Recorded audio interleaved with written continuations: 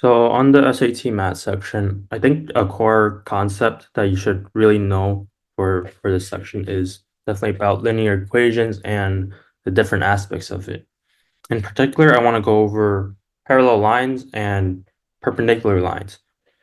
So for the definition of parallel lines, just to review, parallel lines are lines that have the same slope.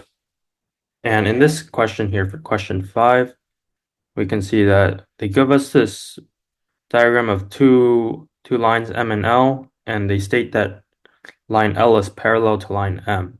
And they want us to find the value of B, where B is just an unknown Y value coordinate. So in this case, we have to use the definition of what is a parallel line, and from there we can work on this problem. So we know that the two slopes are equal to each other. So let's make an equation off of that definition. So I'm going to write the definition of the slope of line L here. And for review, the formula of a slope is m is equal to y2 minus y1 over x2 minus x1. And this just takes two different coordinate points. So on line L, we can see it has 2 points, 0, 3 and 2, 0. So let's use that 2 points and plug into our equation.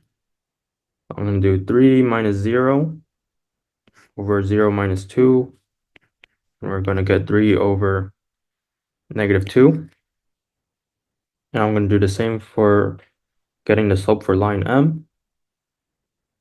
So I'm going to do B minus negative 3 over negative 4 minus negative 1. Now from here we get B plus 3. And on the bottom we get negative 3. So I said that parallel lines have equal slopes. So now we can set these two slopes equal to each other.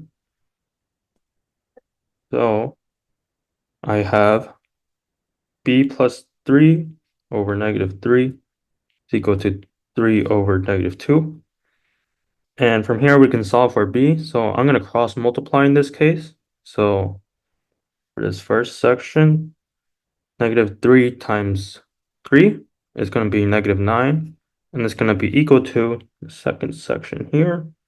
So I'm going to have negative 2 times B plus 3. I'm going to distribute this negative 2 from this point.